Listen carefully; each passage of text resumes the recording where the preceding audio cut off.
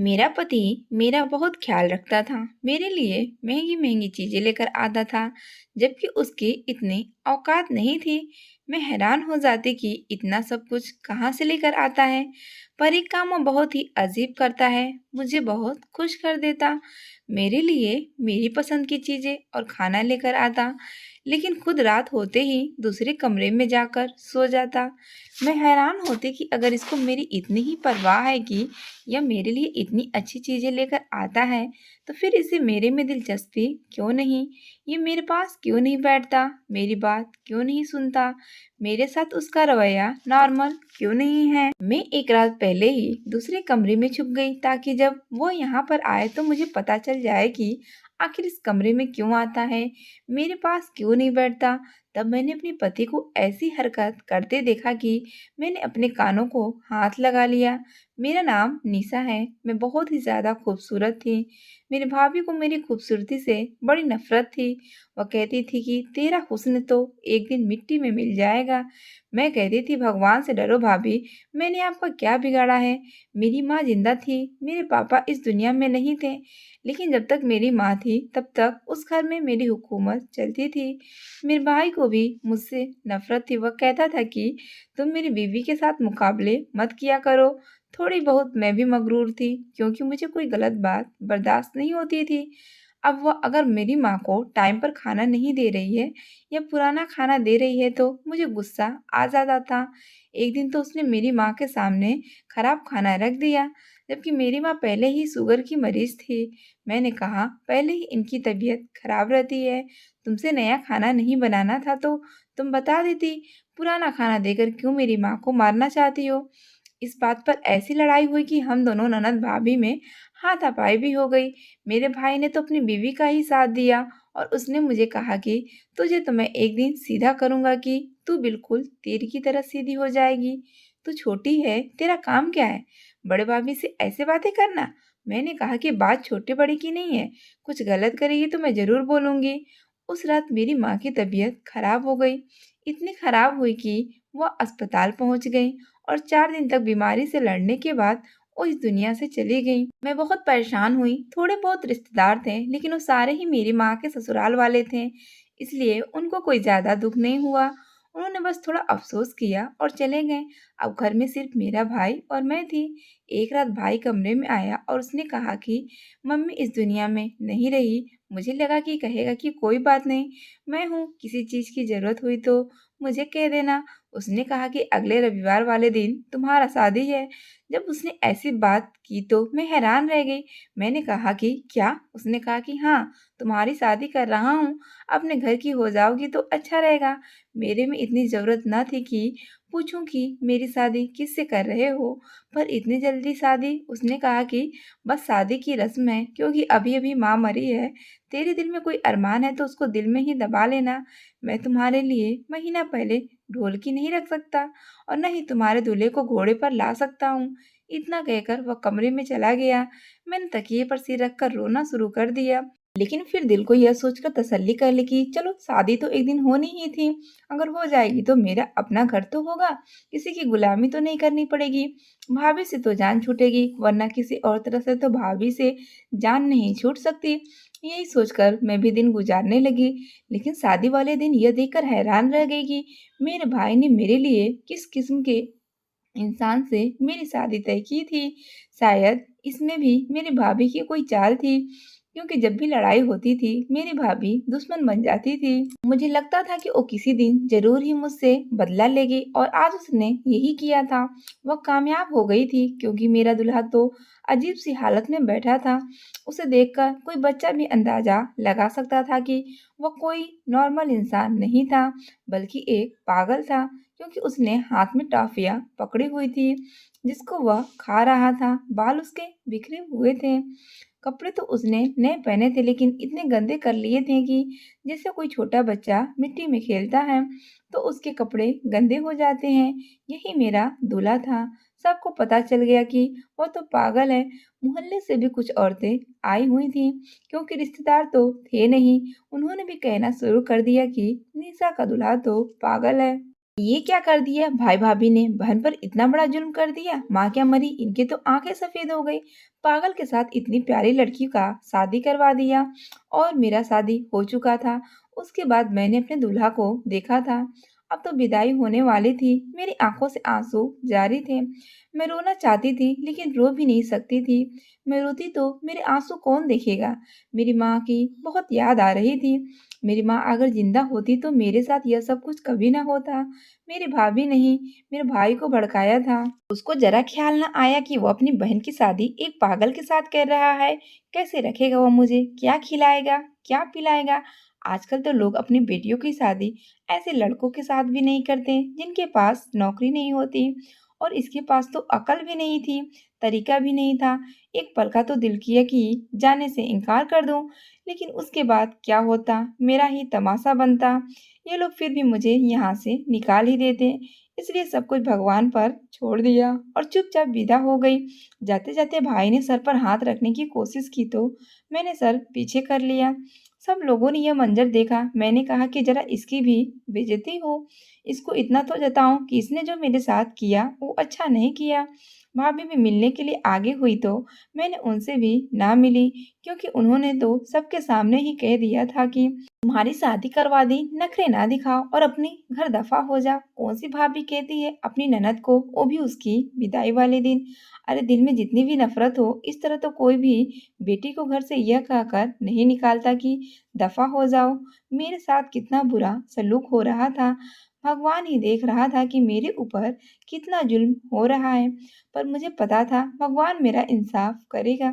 लेकिन अभी तो मेरा समय बहुत खराब नजर आ रहा था। कुछ समझ नहीं आ रही थी। मेरा दूल्हा पागल था लेकिन उसका घर अच्छा था। 3 कमरों वाला घर था। वहां पर उसका एक भाई भी था। मुझे लगा कि वो भी इसी घर में रहता है। लेकिन जब रात हुई तो उसकी जगह उसका भाई कमरे में आया। मैं जरा जरा घबरा गई। उसने कहा, भाभी घबराने की जरूरत नहीं है। दरअसल ये भी मेरा अपना घर है। वहाँ दूसरी जगह भी मेरा घर है, जहाँ पर मेरी बीवी बच्चे मेरा इंतजार कर रहे हैं। अब आपको ही इसे संभालना है। वह क्या है कि मेरी बीवी की इससे नहीं बनती, क्योंकि उसके साथ इसके संबंध अच्छे नहीं हैं। माँ बाप हमारे भी नहीं हैं। बस अब आप हैं और आपका पति है। ये घर है। अगर आपको समझ ना आए कि कौन सी चीज कहाँ पड़ी है, फोन करके पूछ लीजिएगा। दीवार पर मेरा नंबर लिखा हुआ है। पर अगर ये ज्यादा तंग करने लगे तो आप मुझे बुला सकती हैं।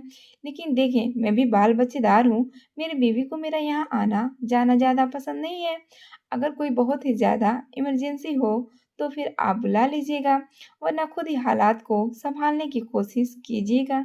क्योंकि अब यह है तो आपका ही पति और आपको इसके साथ ही रहना है। मैं समझ रही थी कि मेरी जिंदगी कितनी बुरी होने वाली थी। मैंने हाँ में सर हिला दिया और मैं क्या कह सकती थी। उसने कहा, भगवान आपकी मदद करे, आप परेशान नहीं होना, एक दिन सब कुछ ठीक हो जाएगा। मुझे पता था कि वो तसल्ली दे रहा है, लेकिन फिर दोबारा कहा कि मैं आपको बताने की कोशिश कर रहा हूँ भाभी कि एक दिन सब कुछ ठीक हो जाएगा। आप बिल्कुल परेशान नहीं होना। पता नहीं इसने इस बात को 2 बार क्यों बोला और इतना जोर देकर क्यों बोला। फिलहाल तो मुझे कुछ समझ नहीं आ रहा। मैंने कहा, ठीक है। मेरा पति दूसरे कमरे में बैठा था। मैं जब उस कमरे में गई तो हैरान रह गई। यह कमरा शायद उसी का था। यहाँ पर काफी सारी चीजें टूटी हुई थी और कुछ खिलौने वगैरह भी पड़े थे। शायद उसका दिमाग बचकाना था। उसने मुझे देखा तो मैं डर गई। मुझे लगा ये मुझसे कोई बात करेगा, कुछ बोलेगा या कोई काम कह देगा। पर उसने ऐसा कुछ नहीं किया। मैं चुपचाप जाकर अपने कमरे में सो गई। मेरा दिल तो किया दरवाजे को अंदर से कुंडी लगा लूं, लेकिन फिर मैंने ऐसा नहीं किया। कहने में बड़ा अजीब लगता है, लेकिन इतनी सुकून की नींद पहले कभी नहीं आई थी। आँख खुली तो हैरान रह गई। सामने मेरा पति बैठा था। उसे देखकर मैं डर गई कि फिर जब मैंने टेबल की तरफ देखा तो मेरी आंखें खुली की खुली रह गई। टेबल पर तो नाश्ता पड़ा हुआ था। नाश्ता तो बाजार का लग रहा था। मैंने उसकी तरफ देखा और आसपास देखा। मुझे लगा शायद उसका भाई आया है और वही नाश्ता लेकर आया है, लेकिन घर में कोई नहीं था। बाहर वाला दरवाजा तो अभी भी बंद था। रात को मैंने खुद कुंडी को लगाई थी। मेरे पति ने मुझे कहा कि नाश्ता कर लो और वो भी नाश्ता करने के लिए बैठ गया। मैं हैरान रह गई। मैंने कहा, इसको इतना पता है कि हमारी शादी हुई है तो बाजार से नाश्ता लेकर आना है। फिर ये क्या का पागल हुआ। लेकिन फिर उसने अजीब सा गाना गाना शुरू कर दिया। ये किसी कार्टून का गाना था। मैं तो समझ गई कि शायद ये एक नॉर्मल सी हरकत है। शायद इसे भी भूख लगी पर उसके पास थोड़े बहुत पैसे हों। इतना काम तो कोई छोटा बच्चा भी कर लेता है। खैर मैंने नाश्ता कर लिया। उसके बाद मैं घर को साफ करने लगी। मैं यह पूछना भूल ही गई थी कि ये घर कैसे चलता है। लेकिन फिलहाल तो घर में जरूरत की सारी चीजें पड़ी हुई थी। मैंने उसके भाई का नंबर मिलाया पर नंबर नहीं मिल रहा था। मैंने दोपहर का खाना भी बना दिया। मेरे घर में ऐसे ही चलने लगी। मेरे पति अचानक ही कहीं चला गया तो मैं परेशान हो गई। मुझे लगा कि पता नहीं शायद घर से ही भाग गया है। मैंने इसलिए उसके भाई को कॉल की थी। उसने कहा कि हाँ वो कभी कभी चला जाता है लेकिन वापस आ जाता है। परेशान होने की जरूरत नहीं है। रात तक वापस आ जाएगा। अगर रात तक भी वापस नहीं आया तो फिर आप मुझे बता देना। मैंने कहा कि ठीक है। रात हुई तो मेरा पति वापस आ गया। उसके हाथ में कोई चीज थी जो उसने मुझे पकड़ा दी। मैंने खोलकर देखा तो उसके अंदर फूल थे। मैंने कहा ये क्या है? तो उसने कहा मैं तुम्हारे लिए लेकर आया हूँ। मैं हैरान रह गई। उसने फूल मेरे पास रखे और खुद दूसरे कमरे में चला गया। थोड़ी देर के बाद देखा तो वो कमरा अंदर से लॉक था। उस दिन से मेरे दिन अच्छे गुजर रहे थे। जैसे मैंने सोचा था वैसा कुछ नहीं हो रहा था, बल्कि सब अच्छा ही हो रहा था। बल्कि मेरा पति मेरे लिए रोज कोई ना कोई चीज लेकर आता था। पता नहीं उसके पास पैसे कहाँ से आते थे। घर में भी हर चीज मौजूद थी। जब घर का सामान थोड़ा खत्म होने लगा तो एक दिन उसका भाई आया और उसने आकर 20,000 रुपये मुझे दिए। मैंने कहा कि ये घर भी आप ही चलाते हैं? तो उसने कहा नहीं ऐसी कोई बात नहीं है। दरअसल हम दोनों भाइयों के नाम कुछ दुकानें हैं। उनका किराया आता है तो मैं उसमें से महीने में 2 दफा 20 से 25 हजार रुपए आते हैं। आपको 20,000 रुपये 15 तारीख को मिल जाएंगे। आज पहली तारीख है तो मैं आपको पैसे देने के लिए आ गया हूँ। मैंने कहा ठीक है। मैंने घर की जरूरत का सामान ले लिया। उस घर में टीवी भी था, एसी भी था, सब कुछ था। एक दिन भूले भटके मेरे भाभी और भाई यहाँ पर आ गए। उनको तो पता था कि उन्होंने मेरी शादी पागल से करवाई है और मुझे पता था कि देखने आए होंगे कि मेरा क्या हाल हुआ है। लेकिन जब मुझे देखा तो हैरान रह गए। मैंने नया जोड़ा पहना हुआ था। मेरी भाभी ने कहा यह जोड़ा कहाँ से आया? इन लोगों ने तो तुम्हारे लिए सिर्फ 2 ही जोड़े बनाए थे और हमने भी तुम्हारे लिए कुछ नहीं बनाया। मैंने कहा मेरे पति ने मुझे लाकर दिया है। उसने कहा कि तुम्हारे पति को तो मुंह हाथ धोने नहीं आता तो तुम्हारे लिए जोड़ा कहाँ से लाएगा? मैंने कहा कि उसी ने मुझे लाकर दिया है। और आपको किसने कहा कि उसे मुंह हाथ धोने नहीं आता? यह देखिए मैं आपको दिखाती हूँ मेरे लिए क्या क्या लेकर आया है। जब मैंने सारी चीजें अपनी भाभी को दिखाई तो वह भी हैरान रह गई। उन्होंने कहा कि यह सब कुछ कहाँ से लेकर आ रहा है? कहीं से चोरी करके तो नहीं ला रहा? मैंने कहा कि ये चीजें तो बिल्कुल नहीं है। उसने कहा नहीं तो नहीं लग रही। ये क्या बात हो गई? उनको तो ऐसे हो गया जैसे तीर निशाने पर नहीं लगा, कि जैसे वो मेरे साथ कुछ बुरा करना चाहती थी पर बुरा नहीं हुआ। तो बड़ी परेशान हो गई थी। खैर मैंने भी सर उठाकर उनको सारी चीजें दिखाई और मैं बड़ी खुश हो गई।